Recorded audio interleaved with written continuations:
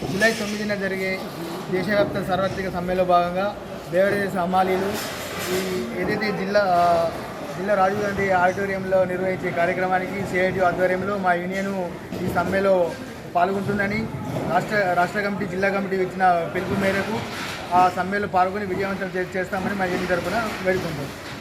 జిల్లాలో జూలై 9న జరిగే సార్వత్రిక సమ్మెలో కార్మికులందరూ పాల్గొని విజయవంతం చేయాలని సిఐటి జిల్లా కమిటీగా విజ్ఞప్తి చేస్తున్నాం. ముఖ్యంగా కేంద్రంలో బీజేపీ ప్రభుత్వం 29 చట్టాలను కుదిస్తూ 4 లేబర్ కోడ్లను తీసుకొని రావడం జరిగింది. ఈ 4 లేబర్ కోడ్లను రద్దు చేయాలి, 29 చట్టాలను పునరుద్ధరించాలని ఈ సార్వత్రిక సమ్మె జరుగుతూ ఉంది. అదే మార్గంలో ఏదైతే తెలంగాణ కాంగ్రెస్ ప్రభుత్వం కూడా కార్మికులకు శ్రమ దోచుకోవడానికి కార్మికులకు ఏదైతే శ్రమని ఇంకా దోచుకోవడానికి ఒక ప్రయత్నం చేసి నిన్న 282 జీవోను విడుదల చేశారు. పని గంటలు కార్పొరేట్లకు సరిపోవట్లేదంట. కనీసం 10 నుంచి 12 గంటల వరకు పని చేయవచ్చని మన కాంగ్రెస్ ప్రభుత్వం చెప్తా ఉంది. ఒకవైపు నుంచి కార్మికులందరూ సమ్మెకు సన్నద్ధమవుతూ ఉంటే ఇక్కడ ఉన్న కాంగ్రెస్ ప్రభుత్వం కూడా కార్మికుల శ్రమను దోచుకోవడానికి ఈ జీవోను విడుదల చేయడం జరిగింది. ఈ జీవోకు వ్యతిరేకంగా రేపు జరగబోయే సమ్మెలో కూడా ఏదైతే కాంగ్రెస్ ప్రభుత్వం కూడా ఈ జీవోను వెంటనే రద్దు చేసి ఈ సమ్మెలో పాల్గొనాలన్నదే కార్మిక సంఘాలుగా డిమాండ్ చేస్తూ ఉన్నారు.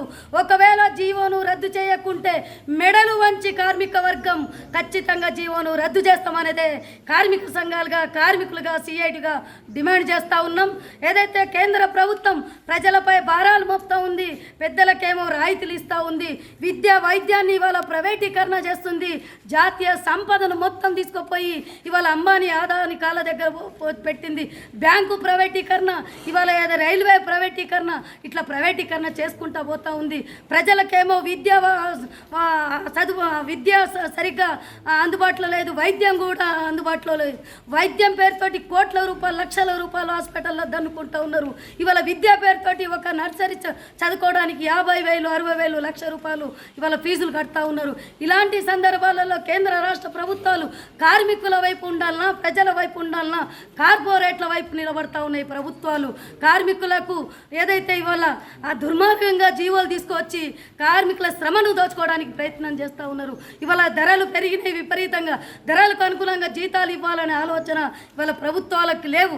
ఇప్పటికైనా కేంద్ర రాష్ట్ర ప్రభుత్వాలు ఏదైతే 8 గంటల పని విధానాన్ని త్యాగాలతోటి కూడుకున్న 8 గంటల పని విధానాన్ని రద్దు చేస్తే పోరాటాలు చేస్తాం.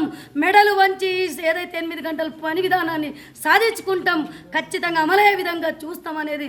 12 గంటలు 10 గంటల విధానాన్ని రద్దు చేయకుంటే రానున్న కాలంలో ప్రజలు కార్మికులకు తగిన బుద్ధి చెప్తారనేదే సిఐటిగా హెచ్చరిస్తూ ఉన్నాను. యావత్ ప్రజానికం కార్మికులు రేపు జరగబోయే సమ్మెలో కార్మికులు పెద్ద ఎత్తున పాల్గొని విజయవంతం చేయాలనేదే సిఐటిగా విజ్ఞప్తి చేస్తున్నాను.